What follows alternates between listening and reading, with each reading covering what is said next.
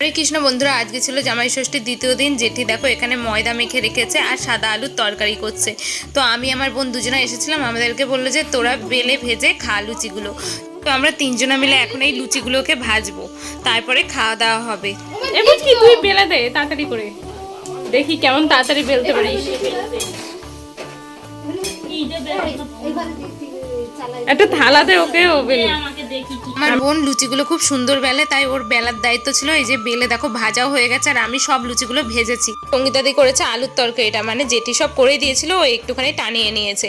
তো লুচি টুচি আমাদের খাওয়া হয়ে গেছে। এখন আমি স্নান করে নিয়েছি সকালবেলায়, তারপরে দেখো পুজো দিয়ে দিয়েছি। আসলে আমার সকাল সকাল স্নান করতে অভ্যাস, তো তাই আমি সকাল সকাল স্নান করে নিয়েছি। তাই মাকে বললাম যে স্নান যখন হয়ে গেছে তাহলে তুমি তো রান্না বান্না করবা, এদিকে আমি তাহলে পুজোটা দিয়ে দিই।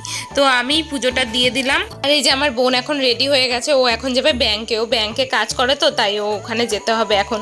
ও যে এখন যাচ্ছে কটায় আসবে তার কোনো ঠিক নেই। ওই আস্তে আস্তে ও 3-4 বেজে যাবে। ওর বরের সাথে মনে হয় একসাথেই আসবে।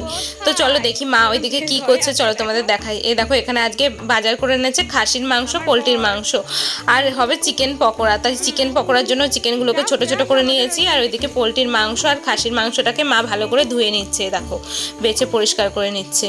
খাসির মাংসটা আমি খাবো না, আমার বর খাবে না, আমার বোন খাবে না, তিনজনা খাবো না। আর মা খাবে, বাবা খাবে, আর আমার বোনের বর খাবে। আর কারণ আমার খাসির মাংসটা একদমই ভালো লাগে না, আমার বরেরও ভালো লাগে না। তো আমি যাও বা খাই, ও তো খাই না, কারণ ওর ইউরিক অ্যাসিড আছে, তো তাই খাসির মাংস খাওয়া একদমই বারণ।